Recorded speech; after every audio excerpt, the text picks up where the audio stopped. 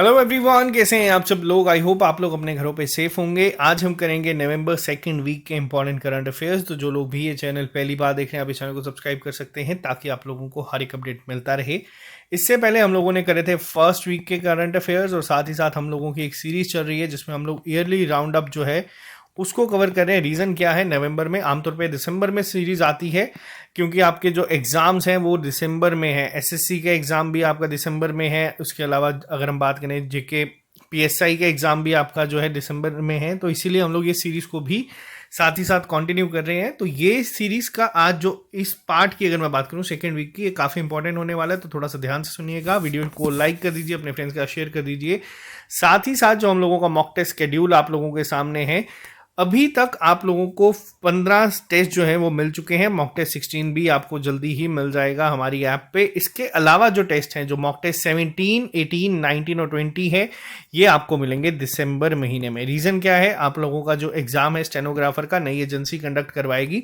तो एक क्वेश्चंस का आइडिया लेके हमारी टीम कोशिश करेगी कि दिसंबर 1, 2, 3 और 4 में ही आपको ये टेस्ट जो है वो प्रोवाइड करवा दें, ताकि आपको एक थोड़ा सा रियल टाइम जो एक्सपीरियंस है वो पहले ही मिल जाए। ये टेस्ट आपको हमारी ऐप पे मिल जाएंगे, और मैं हर एक बच्चे को रिकमेंड करूंगा कि इस समय जितनी भी गलतियां आप लोगों को करनी है, आप लोग ये टेस्ट में करके जाएं ताकि एग्जाम में आप लोगों की कोई गलती ना हो। साथ ही साथ हम लोगों ने एसएससी जीडी का कोर्स भी अवेलेबल कर दिया है, आप लोगों हमारी ऐप पर डाउनलोड कर सकते हैं। जो भी आपके फ्रेंड्स या कोई भी करना चाहता है प्रिपेयर, आपको बता दो 24,000 से ज़्यादा वैकेंसीज हैं, और इसका कोर्स आपको हमारी ऐप पर मिल जाएगा। और इसके अलावा अगर आप लोग इनमें से किसी भी एग्जाम की तैयारी करें, ये सारे कोर्सेज आपको SSS ऐप पे अवेलेबल मिलेंगे। तो चलिए शुरू करते हैं आज की क्लास को बिना ज़्यादा टाइम वेस्ट किए।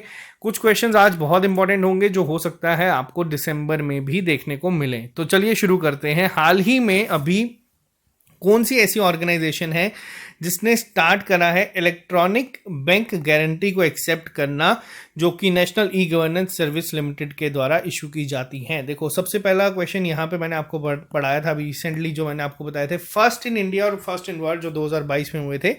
पहला बैंक कौन सा है जिसने इलेक्ट्रॉनिक बैंक गारंटी देना शुरू करी है? ये था आपका HDFC बैंक। लेकिन अब यहाँ पे क्वेश्चन क्या है, यहाँ पे ये है कि हाल ही में कौन सी ऐसी ऑर्गेनाइजेशन बनी है जिसने एक्सेप्ट करना शुरू करी है इलेक्ट्रॉनिक बैंक गारंटी को, जिसके तहत जो इशू की जाएगी national e governance services limited के द्वारा। तो कौन है जिसने यहाँ पे शुरू करा है ये एक्सेप्ट करना? तो ये किया गया है national highway authority of India के द्वारा। अब national highway authority of India की अगर मैं बात करूँ, इस समय मिनिस्टर कौन है हमारे रोड ट्रांसपोर्ट एंड हाईवेज के?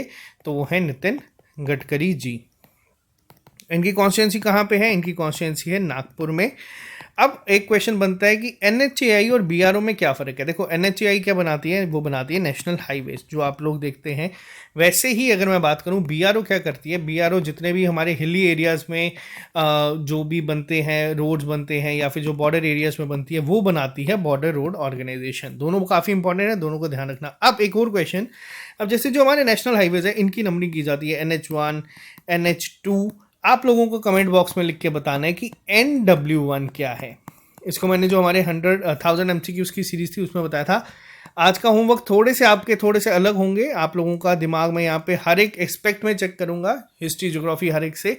तो आज इसके रिलेटेड होंगे, बताइएगा कमेंट बॉक्स में NW1 क्या है और कहाँ से कहाँ तक है।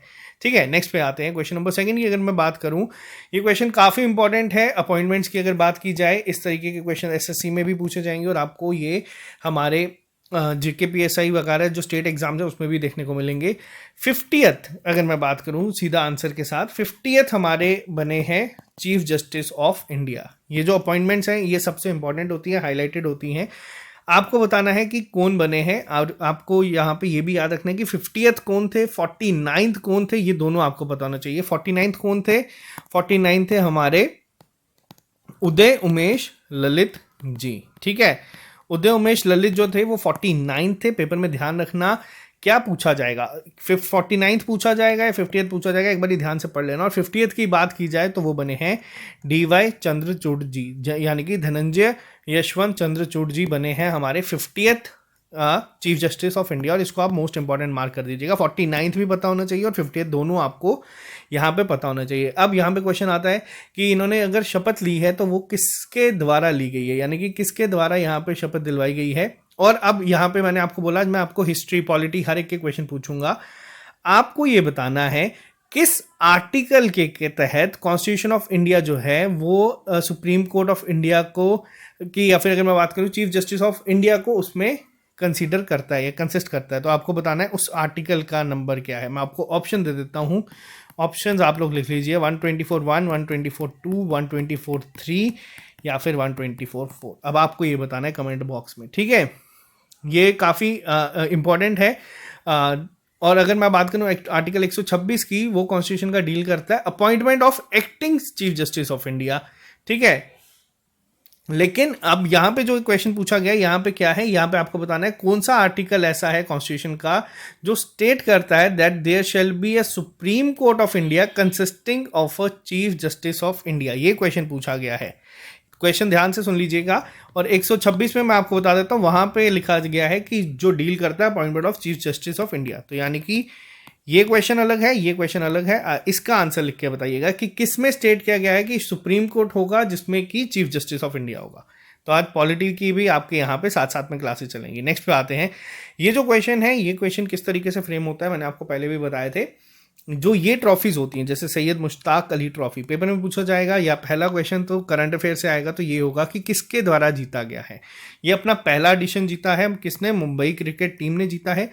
लेकिन इस तरीके के क्वेश्चंस क्या बनते हैं, अगर स्टैटिक जीके की फॉर्म में पूछा गया तो आपसे पहला क्वेश्चन पूछा जाएगा कि सैयद मुश्ताक अली ट्रॉफी किस स्पोर्ट से रिलेटेड है, ठीक है। तो यहाँ पे ध्यान रखना ये क्रिकेट की ट्रॉफी है, इसके अलावा और काफ़ी सारी ट्रॉफीज होती हैं, लेकिन ये काफ़ी ये पूरा अगर बात की जाए इसमें सारी इंडियन टीम्स खेलती हैं स्टेट्स की फॉर्म में। तो मुंबई क्रिकेट टीम ने जीता है। हराया किसको है, हिमाचल प्रदेश को हराया यहाँ पे, ठीक है। फाइनल हुआ कहाँ था, बंगाल में हुआ था, वो याद रखने की जरूरत नहीं है। बट याद रखना कि ये किसके नाम पे है, तो फॉर्मर क्रिकेटर थे, टेस्ट क्रिकेटर थे सैयद मुश्ताक अली, उनके नाम पे ट्रॉफी रखी गई है। तो ये काफ़ी इंपॉर्टेंट है, ठीक है। इसके साथ साथ अब आपको एक और बताना है। मैंने पिछली बार भी पूछा था, थॉमस कप के बारे में पूछा था, लेकिन इस बार का जो क्वेश्चन है आप लोगों का थोड़ा सा अलग होगा। आप लोगों को मुझे बताना है कि जो हमारे टूर्नामेंट्स होती हैं काफ़ी सारी, आप लोगों को आज मैं एक अलग क्वेश्चन देता हूं। कोई भी इंडियन F1 रेसर का नाम आप लोग कमेंट बॉक्स में लिख के बताना। ये आज आपका एक अलग होमवर्क है। देखते हैं कितने बच्चे इसका आंसर सही लिखते हैं। कोई भी आप एक F1 रेसर का नाम यहाँ पे लिख सकते हैं जो कि इंडियन है। नेक्स्ट पे आते हैं। नेशनल लीगल सर्विसेज डे हर साल ऑब्जर्व किया जाता है अक्रॉस इंडिया किस डेट को। देखो, हर साल national legal services day observe किया जाता है 9 नवंबर के दिन। हर साल इसको ऑब्जर्व किया जाता है। अब यहाँ पे शुरुआत कब हुई थी, 1995 में इसकी शुरुआत की गई थी। बस आपको इतना याद रखना है, इसके अलावा आपको याद रखने की ज़रूरत नहीं है। बस आपको ये पता होना चाहिए। और इसके अलावा अगर मैं बात करूं, एक लोक अदालत भी हम लोगों ने यहाँ पे अभी रिसेंटली शुरू करी है, तो उसको भी याद रखना। लेकिन अब क्वेश्चन क्या है, कौन सी ऐसी पहली स्टेट है, या फिर इसका मैं आपको बता देता हूँ, इंपॉर्टेंट है, जिसने लोक अदालत जो है वो AI बेस करने की बात की है। तो ये किया गया है राजस्थान के द्वारा। राजस्थान पहली ऐसी स्टेट बनी है जिसने ये कहा है। नेक्स्ट पे आते हैं हम लोग। क्वेश्चन नंबर 5 की अगर मैं बात करूं, कौन सी ऐसी मिनिस्ट्री है जिसने रिसेंटली कंप्लीट करा है मदर टंग सर्वे, MTSI, यानी कि mother tongue survey of India with field videography of 576 languages and dialects across India. अब ये काफ़ी इंपॉर्टेंट है। कौन सी मिनिस्ट्री के द्वारा किया गया है ये, तो ये किया गया है मिनिस्ट्री ऑफ होम अफेयर्स के द्वारा। मिनिस्ट्री ऑफ होम अफेयर्स के समय मिनिस्टर कौन है, वो है अमित शाह, ठीक है।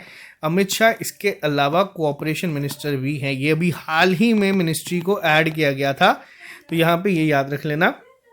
MHA की अगर मैं बात करूँ, यहाँ पे एनुअल रिपोर्ट आती है, तो इन्होंने यहाँ पे 576 जो टोटल अगर बात की जाए लैंग्वेजेस जो हैं और डायलेक्ट जो हैं अक्रॉस द कंट्री, उनका पूरा एक सर्वे कंडक्ट करवाया। तो ये काफ़ी इंपॉर्टेंट होगा आपके एग्जाम पॉइंट ऑफ व्यू से। और अगर बात की जाए यहाँ पे, ये लिंग्विस्टिक सर्वे भी था इंडिया का, ये एक 6th 5-year प्लान में जो है तब से इसको शुरू किया गया था। तो यहाँ पे इसको याद रखिएगा, ठीक है। नेक्स्ट पे आते हैं हम लोग। नेक्स्ट क्वेश्चन क्या है, देखो मैंने आपको बताया था पहले भी, जो बच्चे हमारे साथ करंट अफेयर्स पढ़ते हैं, एक F1 रेसर ऐसे हैं जो कि इस समय अगर बात की जाए सबसे बड़े F1 प्लेयर हैं। वो कौन है, वो है लुइस हैमिल्टन। क्यों है, क्योंकि इन्होंने माइकल शूमाकर का भी रिकॉर्ड तोड़ा है सबसे ज़्यादा ग्रां प्री जीतने का। तो इन्होंने 100 से ज़्यादा ग्रां प्री जो है वो जीते हैं, जिसमें 7 बार वर्ल्ड चैंपियन भी रह चुके हैं। और इन्हें ऑनरेरी जो है ब्राजीलियन सिटीजनशिप जो है वो दी गई है यहाँ पे। वैसे अगर पूछा जाए कौन से हैं तो कहाँ से बिलोंग करते हैं, ब्रिटिश से बिलोंग करते हैं। ब्रिटिश फार्मूला 1 रेसिंग ड्राइवर हैं जिनको यहाँ से सम्मानित किया गया है। तो ये काफ़ी इंपॉर्टेंट है, ये क्वेश्चन बन सकता है पेपर में और डायरेक्ट भी पूछा जा सकता है कि ये किस स्पोर्ट से रिलेटेड है। तो यहाँ पे याद रखना है किस स्पोर्ट से रिलेटेड है। ये F1 रेसर है और ये मान लीजिए कि दुनिया के सबसे बड़े F1 रेसर हैं आज की डेट में, जो कि अभी भी खेलते हैं यहाँ पे। नेक्स्ट पे आते हैं, who has been recently appointed as the friendship ambassador of Switzerland tourism. इसको भी इंपॉर्टेंट मार्क कर दीजिएगा, ये रिसेंट न्यूज़ है इसलिए इंपॉर्टेंट है। किसको अपॉइंट कर दिया गया है यहाँ पे फ्रेंडशिप एम्बेसडर स्विट्जरलैंड टूरिज्म के द्वारा? तो यहाँ पे आंसर है नीरज चोपड़ा। नीरज चोपड़ा को स्पोर्ट्समैन ऑफ द ईयर का अवार्ड भी जो है वो स्पोर्ट्समैन ऑफ द ईयर का अवार्ड भी यहाँ पे जो है वो मिला है। यहाँ पे याद रखना मेल कैटेगरी में। और अब आपके लिए क्वेश्चन है, आपको बताना है विमेन में किसको ये अवार्ड दिया। ये मैंने अभी रिसेंटली जो आपको अवार्ड्स पढ़ाए हैं उसमें यहाँ पे आपको बताया था। स्पोर्ट्समैन मेल कैटेगरी में कौन है, वो नीरज चोपड़ा है, जेवलिन थ्रोअर हैं ये, इन्होंने ओलंपिक में मेडल जीता था। बट आपको आज मैंने होमवर्क थोड़े ज़्यादा दूंगा और मैं चाहता हूँ कमेंट बॉक्स में मुझे हर एक बच्चा इसका आंसर करके बताए। अब फ्रेंडशिप एम्बेसडर इनको बनाया गया है स्विट्जरलैंड टूरिज्म के द्वारा। तो यहाँ पे इसको याद रखिएगा, हरियाणा से बिलोंग करते हैं, बहुत ही बड़ा नाम अब इनका बन चुका है इंडिया में खास तौर पे और पूरे विश्व में भी, क्योंकि इन्होंने जेवलिन थ्रो में भी मेडल जीता है। लेकिन एक और क्वेश्चन यहाँ पे, अभी हाल ही में इन्होंने एक सिल्वर मेडल जीता था, आपको ये भी बताना है इन्होंने कहाँ पे जीता था। आज के क्वेश्चन थोड़े से आप लोगों के लिए ज़्यादा इंपॉर्टेंट हो गए क्योंकि अब आप लोगों का एग्जाम आ चुका है। मैंने काफ़ी सारी चीज़ें आपको बताई हैं, मैं एक टेस्ट की फॉर्म में आज आपको एक करंट अफेयर्स करवा रहा हूँ। नेक्स्ट पे आते हैं, यूनाइटेड नेशन के द्वारा वर्ल्ड साइंस डे जो है फॉर पीस डेवलपमेंट 2022 ऑब्जर्व किया गया है। थीम याद रखिएगा, basic science for sustainable development, बहुत इंपॉर्टेंट है इसकी थीम। किस दिन को ऑब्जर्व किया जाता है, ये हर साल नवंबर 10 को ऑब्जर्व किया जाता है, तो यहाँ पे याद रखना। लेकिन इससे भी ज़्यादा इंपॉर्टेंट है इसकी थीम क्या है, basic sciences for sustainable development, इसकी थीम इस साल की थी। और अगर मैं बात करूँ यूनेस्को के बारे में, तो यूनेस्को का हेडक्वार्टर आप लोगों को पता है पेरिस में है। पेरिस कहाँ पे है, फ्रांस में है। फ्रांस के साथ हम लोग काफ़ी मिलिट्री एक्सरसाइजेस भी करते हैं, जिसमें एक का नाम है गरुड़, एक का नाम है शक्ति और एक का नाम है आपकी वरुण। लेकिन अब होमवर्क ऐसा तो है नहीं कि मैं आपको दूंगा नहीं, आज हर क्वेश्चन पे होमवर्क होगा। आपको बताना है किस कंट्री के साथ हम लोग गरुड़ शक्ति मिलिट्री एक्सरसाइज को करते हैं, और इसका आंसर फ्रांस नहीं है। गरुड़ अलग है, शक्ति अलग है, ये दोनों हम लोग फ्रांस के साथ करते हैं, लेकिन गरुड़ शक्ति हम लोग किस कंट्री के साथ मिलिट्री एक्सरसाइज करते हैं ये आप लोगों को कमेंट बॉक्स में बताना है। नेक्स्ट आते हैं, अभी हाल ही में कौन सी सिटी ऐसी है जो होस्ट करेगी 11th edition of India stone mart 2022, जो कि इंटरनेशनल स्टोन इंडस्ट्री एग्जीबिशन है। कौन सी सिटी है जो इसको होस्ट करेगी, तो ये किया जाएगा पिंक सिटी के द्वारा, यानी कि जयपुर इसको होस्ट करेगी। नवंबर 10 से 13 में ये होस्ट कर चुकी है फिलहाल। तो यहाँ पे 350 के करीब एग्जीबिटर्स जो थे वो इंडिया से, अब्रॉड से यहाँ पे आए थे, पार्टिसिपेट इन लोगों ने यहाँ पे किया था। तो ये काफ़ी इंपॉर्टेंट था इंटरनेशनल स्टोन इंडस्ट्री एग्जीबिशन को लेके। तो इंडियन सिटी थी जिसने होस्ट किया था, तो यहाँ पे नाम याद रखिएगा, जयपुर राजस्थान के द्वारा इसको किया गया था। नेक्स्ट पे आते हैं, क्वेश्चन नंबर 10 की अगर मैं बात करूँ, कौन सी सिटी ऐसी है जिसने इंडिया का पहला national repository for life science data, और अगर बात की जाए इंडियन बायोलॉजिकल डेटा सेंटर जो है सेटअप किया गया है union minister of state Jitendra Singh के द्वारा नवंबर 2022 में। देखो जितेंद्र सिंह की कॉन्स्टिट्यूंसी कहाँ पे है, वो है जम्मू कश्मीर, उधमपुर से ये इलेक्शन जो है वो जीते हैं, तो वहाँ से बिलोंग भी करते हैं। अब इंडियन बायोलॉजिकल डेटा सेंटर की अगर बात की जाए तो कहाँ पे है ये है फरीदाबाद, हरियाणा में। हरियाणा की अगर मैं थोड़ी सी आपको बताऊँ, इधर पहला ग्रेन एटीएम जो था वो भी लॉन्च किया गया है, तो यहाँ पे इसको याद रखना, ठीक है, ये बहुत इंपॉर्टेंट है। और खेलो इंडिया गेम्स का जो ये वाला एडिशन था ये भी आपका कहाँ पे हुआ था, हरियाणा में ही कंडक्ट हुआ था, ठीक है, ये दोनों पॉइंट याद रखना। नेक्स्ट पे आते हैं हम लोग, अभी हाल ही में कौन सा एरोस्पेस स्टार्टअप ऐसा है जिसको फर्स्ट फ्लाइट टर्मिनेशन सिस्टम जो है FTS मिला है from the Indian space research organisation. ये आपका साइंस एंड टेक का पार्ट आ जाता है। इसरो ने डिलीवर करा है फ्लाइट टर्मिनेशन सेंटर पैकेज, किसको, अग्निकुल कॉस्मोस को ये यहाँ पे किया गया है। ये प्राइवेट कंपनी है, तो यहाँ पे ये पॉइंट पहला याद रखना, एक स्टार्टअप है, एरोस्पेस स्टार्टअप है, चेन्नई तमिलनाडु बेस्ड है, और इसरो के ही फॉर्मर साइंटिस्ट ने इसको शुरू किया है, तो यहाँ पे ये पॉइंट याद रखिएगा। बहुत इंपॉर्टेंट होगा ये पॉइंट भी एग्जाम पॉइंट ऑफ व्यू से। नेक्स्ट पे आते हैं। नेक्स्ट क्वेश्चन वापस से काफी इंपॉर्टेंट है। हर साल खेलो इंडिया गेम्स और खेलो इंडिया यूनिवर्सिटी गेम्स कंडक्ट करवाते हैं। आपसे पूछा गया है 2023-24 में कौन करेगा होस्ट खेलो इंडिया नेशनल यूनिवर्सिटी गेम्स को। ये वर्ड पे थोड़ा सा ध्यान रखिएगा, होमवर्क साथ ही साथ ले लो। अगर पुराना एडिशन खेलो इंडिया का हरियाणा ने कराया था, तो इस साल का खेलो इंडिया गेम्स का एडिशन कौन करवाएगा। जितने क्वेश्चन मैं कह रहा हूं, अगर आपको नहीं पता कमेंट बॉक्स में आंसर जरूर चेक कर लेना, लेकिन ये हर एक क्वेश्चन बहुत ज्यादा इंपॉर्टेंट है। अब बात करते हैं यहाँ पे कौन इस साल खेलो इंडिया यूनिवर्सिटी गेम्स करवाएगा, तो वो उत्तर प्रदेश कंडक्ट करवाएगा। पहला पॉइंट याद रखिएगा, उत्तर प्रदेश में होगा। और इस बार काफ़ी सारी गेम्स ऐसी हैं जिसको और ऐड किया जाने की बात की गई है। कबड्डी होगा, जूडो, आर्चरी, फेंसिंग, ये सारी जो है ये और एडिशनल पहले भी होती थी, लेकिन इस बार भी ऐड की जाएंगी। और अप्रॉक्सीमेट 4,500 के करीब करीब जो एथलीट्स हैं वो हर साल पार्टिसिपेट करते हैं। उत्तर प्रदेश में 4 सिटीज़ में ये खेला जाएगा। चारों सिटीज़ के नाम याद नहीं रखने हैं आपको, बस ये याद रखना है कि कहाँ पे इस साल का खेला जाएगा। 23-24 का कहाँ पे होगा, जो अपकमिंग ईयर में होगा। तो 4 सिटी कौन कौन सी है? लखनऊ है आपकी, इसके बाद आपकी गोरखपुर आ जाती है। गोरखपुर के बाद अगर मैं बात करूं वाराणसी में होगा और नोएडा में होगा। अब यहाँ पे ये पॉइंट्स तो आ गए आपके बेसिक। अब इसके अलावा अगर मैं बात करूं आप लोगों से, एक और चीज़ आपको याद रखनी है। अभी हाल ही में प्रधानमंत्री ने एक पूरे महीने का जो काशी तमिल संगम है इसको शुरू किया है। अब देखो यहाँ पे गड़बड़ क्या होती है, जब तमिल देखते हैं ना हम सोचते हैं कि ये तमिलनाडु में होगा या कहीं साउथ सदर्न में होगा, लेकिन काशी तमिल संगमम कहाँ पे हुआ है? ये शुरू हुआ है आपका वाराणसी में। ठीक है, तो यहाँ पे इसको भी याद रखिएगा। ये भी रिसेंटली बात है, एक पूरा महीना ये चलेगा, तो ये पॉइंट दोनों आपको पता होने चाहिए। नेक्स्ट पे आते हैं, क्वेश्चन नंबर 13 की अगर मैं बात करूं, अभी हाल ही में क्या थीम थी वर्ल्ड यूजेबिलिटी डे की, जो कि ऑब्जर्व किया जाता है 10 नवंबर के ही दिन। वर्ल्ड यूजेबिलिटी की जो देखो एग्जैक्ट ये हर साल 10 नवंबर को नहीं मनाया जाता, ये सेकेंड थर्सडे को मनाया जाता है। किसके? ये सेकेंड थर्सडे को मनाया जाता है नवंबर के हर साल। इस बार वो आपका 10 नवंबर को था, लेकिन ऑप्शन में आपको ये देखने को मिलेगा। और थीम क्या थी इस बार इसकी जो थीम थी वो थी आर हेल्थ। बहुत इंपॉर्टेंट है, ठीक है, यहाँ पे पॉइंट को याद रखना, ये आपसे पूछा जाएगा। ठीक है, नेक्स्ट पे आते हैं। नेक्स्ट क्वेश्चन भी काफ़ी इंपॉर्टेंट है। नेशनल एजुकेशन डे हर साल ऑब्जर्व किया जाता है, किस डेट को? ये किया जाता है 11 नवंबर के दिन। किसकी बर्थ एनिवर्सरी को हम लोग इस दिन ऑब्जर्व करते हैं या मनाते हैं? तो इसको किया जाता है जो हमारे मौलाना अबुल कलाम आज़ाद थे, उनकी बर्थ एनिवर्सरी को यहाँ पे नेशनल एजुकेशन डे के रूप में मनाया जाता है। यहाँ पे पहला पॉइंट याद रखना, ये भारत रत्न अवॉर्डीज हैं। और ये कब इनका बर्थ है, कौन सी बर्थ एनिवर्सरी थी? ये 134th बर्थ एनिवर्सरी थी। तो यहाँ पे इसको याद रखना।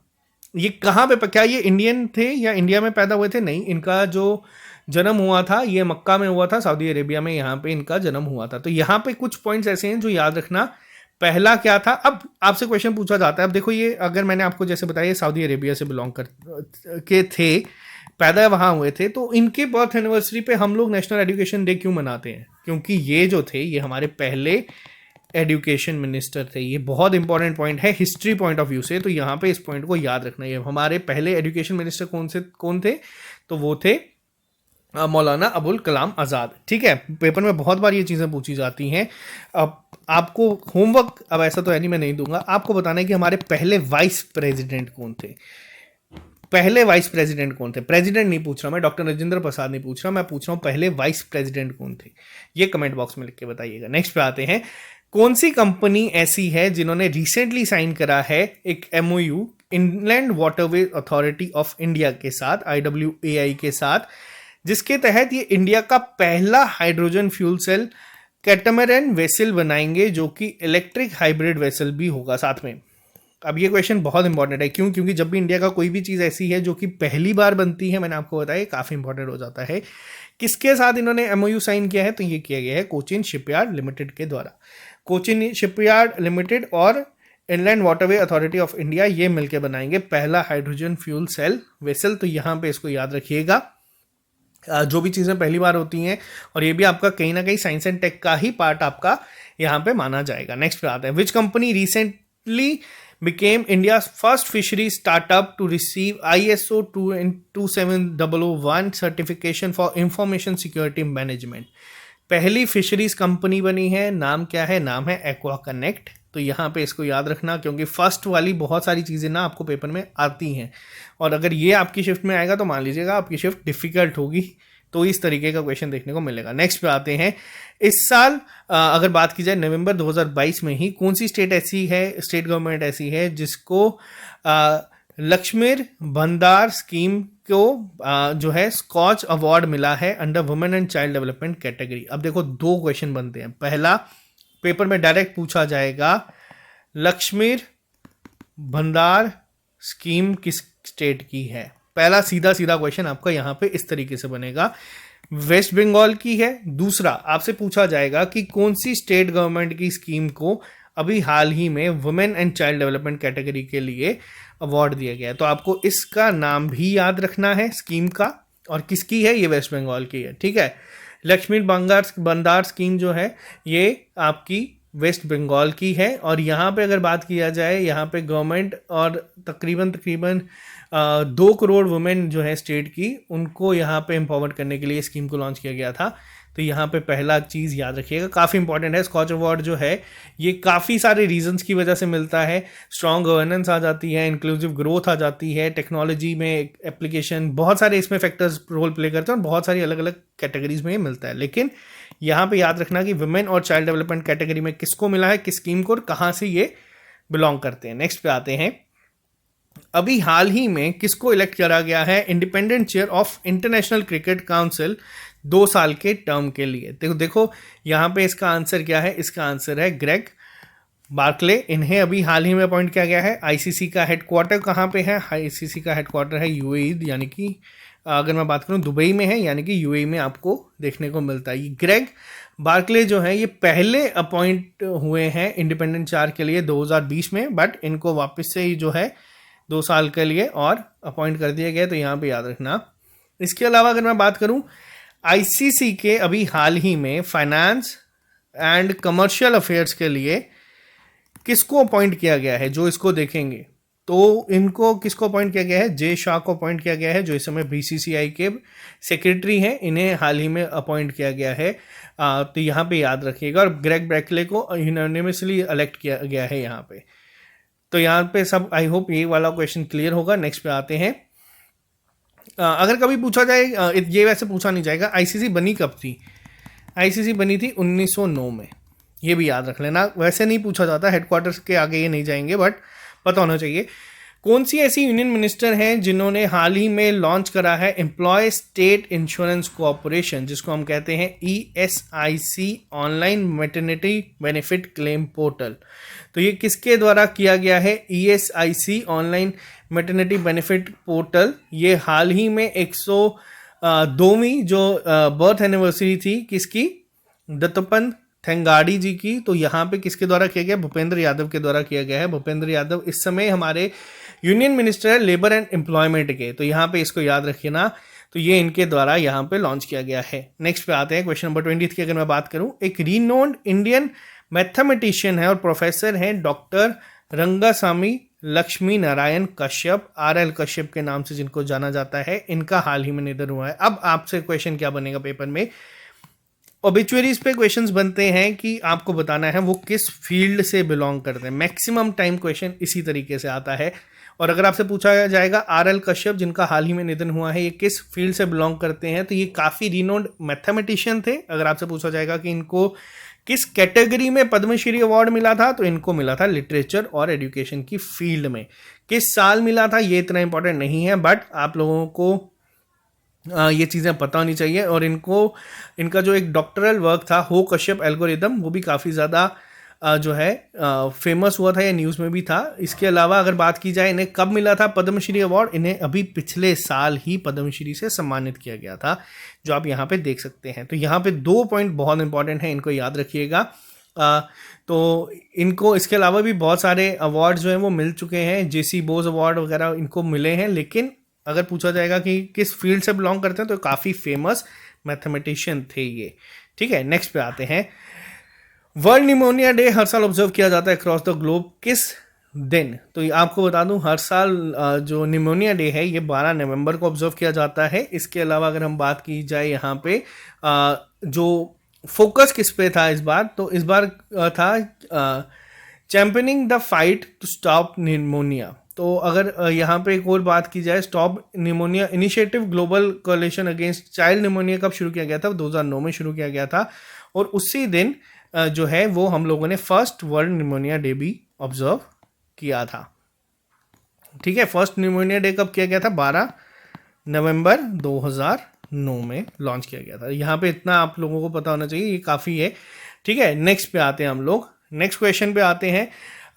इन नवंबर 2022 तमिलनाडु गवर्नमेंट ने वापस से Kaveri south wildlife sanctuary को अपॉइंट कर दिया है अपने स्टेट में as a 17th wildlife sanctuary. ये मैंने हमारे इंस्टाग्राम हैंडल पे वापस पोस्ट किया था, वहाँ पे मैंने लिखा था कावेरी वाइल्ड लाइफ को, तो बच्चों ने बहुत अच्छा लगता है जब बच्चे वहाँ पे इस तरीके से करते हैं। क्या था? कावेरी वाइल्ड लाइफ सेंचुरी जो है वो Kaveri south wildlife century. अब यहाँ पे कंफ्यूजन नहीं करना, कावेरी वाइल्ड लाइफ सेंचुरी अगर सिर्फ आएगा तो वो आपकी कर्नाटका में है। ठीक है, यहाँ पे नाम थोड़ा ध्यान रखना, ये काफ़ी कंफ्यूजिंग हो सकता है। और 17th बनी है तो ये तो आपको अब पता चल ही गया। अगर स्टैटिक जीके की फॉर्म में पूछा जाएगा कि कहाँ से है तो आप लोग इसका आंसर कर सकते हैं। नेक्स्ट पे आते हैं, कौन सा एयरपोर्ट ऐसा है जिसने रिसेंटली रिसीव करा है aerodrome licence from the directorate general of civil aviation? DGCA के द्वारा इन्हें हाल ही में अप्रूवल मिल चुका है। किसको मिला है? जयपुर इंटरनेशनल एयरपोर्ट को अभी हाल ही में इसका अप्रूवल मिल गया है। ठीक है, तो यहाँ पे आते हैं नेक्स्ट क्वेश्चन के ऊपर, इसमें बस आपको नाम याद रखना था पहले में। नेक्स्ट पे आते हैं, गवर्नमेंट हैज रिसेंटली, एक सेकेंड रुकिएगा, हाँ, government has recently amended the Aadhaar regulations to state that supporting documentation must be updated at least once by the Aadhaar holder after dash years from the enrolment day. तो यहाँ पे इन्होंने एक amend कर दिया आधार रूल्स में, जिसमें कहा गया है कि जो सपोर्टिंग डॉक्यूमेंट्स हैं उनको अपडेट करना जाना चाहिए एक बार एटलीस्ट। कितने सालों में? 10 सालों के बीच में यहाँ पे इसको किया जाना चाहिए। तो ये 10 साल का आपको याद रखना है। कौन है जो आधार को रेगुलेशन सारी डिसाइड करता है? तो ये किया जाता है UIADI के द्वारा, यानी कि unique identification authority of India ने एक नया फीचर ऐड कर दिया है अपडेट डॉक्यूमेंट का, जो आपको माई आधार पोर्टल में दिख जाएगा, या फिर आप लोग ऐप पे भी इसको कर सकते हैं। नेक्स्ट पे आते हैं हम लोग, अभी हाल ही में डिजी लॉकर सक्सेसफुली कंप्लीट कर गया अपना second level of integration with Ayushman Bharat digital mission ABDM। अभी हाल ही में आयुष्मान भारत मिशन जो चलाया जा रहा था उसके साथ सक्सेसफुली इन्होंने अपना सेकेंड लेवल ऑफ इंटीग्रेशन जो है वो ऐड कर लिया डिजी लॉकर ने। अब यहाँ पे पूछा गया है, डिजी लॉकर जो है ये ऑथेंटिक डॉक्यूमेंट एक्सचेंज करता है प्लेटफॉर्म का, किस मिनिस्ट्री के द्वारा ये बनाया गया है, या फिर किस मिनिस्ट्री के अंडर ये काम करता है? तो ये किया जाता है काम ministry of electronics and information technology के द्वारा। और बहुत ही एक अच्छा, अगर मैं बात करूं तो सबसे अच्छा फीचर मुझे डिजी लॉकर का ये लगता है कि आपको आपके सारे डॉक्यूमेंट जो है यहाँ पे शो कर जाते हैं। अगर आपके पास आयुष्मान भारत कार्ड है या आपने उसमें एनरोल किया तो आपको वो भी दिख जाएगा। लेवल 1 तो ये काफ़ी पहले कर चुके हैं, लेकिन अब लेवल 2 इंटीग्रेशन भी इन्होंने यहाँ पे इसमें सक्सेसफुली अपना कर दिया है। नेक्स्ट पे आते हैं हम लोग, according to Indian banks association IBA report ease reforms index for the first quarter of financial year 23 released in November 2022, Dash was adjudged as the best bank in adopting reforms prescribed from public sector bank। अब public sector banks की overall ratings आई है, इसमें पूछा गया है कि किस bank ने टॉप किया है IBA ईज रिफॉर्म इंडेक्स में। तो इसको किया गया है SBI के द्वारा। SBI ने यहाँ पे टॉप किया है। अगर सेकंड में पूछा जाएगा तो सेकंड पोजीशन जो थी यूनियन बैंक की थी, थर्ड पे बैंक ऑफ बड़ौदा था। तो यहाँ पे आपको लेकिन सिर्फ टॉपर ही पूछा जाएगा कि कौन है जिसने किया है, तो वो है state bank of India. Next पे आते हैं, अभी हाल ही में किसको अवार्ड दिया गया है United Kingdom royal order of merit by Britain king Charles ITT? अब आपको बताना है किसको अभी हाल ही में रॉयल ऑर्डर ऑफ मेरिट मिला है। तो इम्पॉर्टेंट क्यों है? क्योंकि ये इंडियन बॉर्न है, नोबेल यहाँ पे लॉरेट है। क्या नाम है इनका नाम है वेंकटरमन रामाकृष्णन। इन्हें हाल ही में अभी रॉयल ऑर्डर ऑफ मेरिट से सम्मानित किया गया है किंग्स चार्ल्स के द्वारा। किंग चार्ल्स थर्ड है यहाँ पे, ITT नहीं है, सॉरी यहाँ पे गलती हो गई, किंग्स चार्ल्स थर्ड है यहाँ पे, इनके द्वारा इनको हाल ही में सम्मानित किया गया है। नेक्स्ट पे आते हैं क्वेश्चन नंबर 28। अभी हाल ही में कौन सी ऐसी ऑर्गेनाइजेशन या पर्सनालिटी है जिसको रिसेंटली अवार्ड दिया गया है इंटरनेशनल प्रेस इंस्टीट्यूट के द्वारा India award for excellence in journalism 2022। तो ये किसको मिला है? The print and Saurabh Shukla, दोनों को ये अवार्ड से सम्मानित किया गया है। इनको IPI इंडिया अवार्ड दिया गया है, द प्रिंट। और अगर बात की जाए सौरभ शुक्ला की, सौरभ शुक्ला NDTV के लिए काम करते हैं, तो इन दोनों को यहाँ पे मिला है, कैश प्राइज मिलता है यहाँ पे। बट आपको इसका आंसर क्या होगा? इसका आंसर होगा ऑप्शन नंबर D, IPI के द्वारा अभी हाल ही में इन दोनों को सम्मानित किया गया है। नेक्स्ट पे आते हैं, ये भी मैंने हमारे इंस्टाग्राम हैंडल पे शेयर कर दिया था, जो काफ़ी इंपॉर्टेंट होते हैं, हम लोग वहाँ पे भी डाल देते हैं। अगर अभी तक आप लोगों ने फॉलो नहीं किया, अब वहाँ पे फॉलो कर देना, SSS_सुमित पूरी आप सर्च करोगे, आप लोगों को मिल जाएगा। 19,000 के करीब वहाँ पे फॉलोअर्स हैं। तो किसके द्वारा, यहाँ पे अगर पूछा जाए आपसे कि कौन है जो पहली फीमेल प्रेसिडेंट, देखो फीमेल है, प्रेसिडेंट है, पहली है, बहुत इंपॉर्टेंट है, नाम याद रखना, नताशा पर्क मर्सर इनका नाम है। कहाँ की बनी है ये प्रेसिडेंट? तो ये बनी है स्लोवेनिया की, बहुत इंपॉर्टेंट होगा एग्जाम पॉइंट ऑफ व्यू से। स्लोवेनिया की अगर कैपिटल पूछी जाएगी तो कैपिटल क्या है यहाँ की? ठीक है, नेक्स्ट पे आते हैं, क्वेश्चन नंबर 30 आज का। आपको लास्ट में आपको बता देता हूँ, आज का लास्ट क्वेश्चन है ये। 25th world kindness day observe किया गया है अक्रॉस द ग्लोब। किस डेट को ऑब्जर्व किया जाता है ये? तो ये ऑब्जर्व किया जाता है 13 नवंबर के दिन। और अगर आपसे पूछा जाए कि किस कैंपेन को शुरू किया गया था, इनकी जो कैंपेन थी वो थी वन वॉइस फॉर काइंडनेस। बस आपको ये याद रखना है, और ये आपका मेन था। तो ये थे हमारे सेकेंड वीक ऑफ नवंबर के important current affairs. I hope आपको ये लेक्चर पसंद आया हुआ होगा। अगर ये लेक्चर पसंद आया तो इसको आप अपने फ्रेंड्स के साथ शेयर कर दीजिए। और साथ ही साथ आपको मैं वापस से यही बोलूँगा, जो बच्चे तैयारी कर रहे हैं एग्ज़ाम्स के लिए, जो एग्ज़ाम अभी आपके आने वाले हैं, जितने मॉक टेस्ट आप लोग दे सकते हैं आप लोग उनको दीजिए।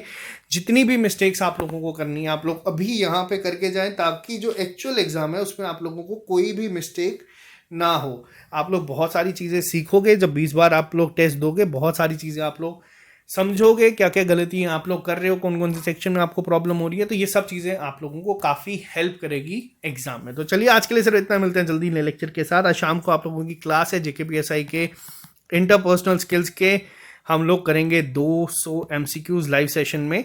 तो जल्दी मिलते हैं, आप लोगों से दीजिए इजाज़त। Have a nice day, bye bye, take care, all the best, see you soon.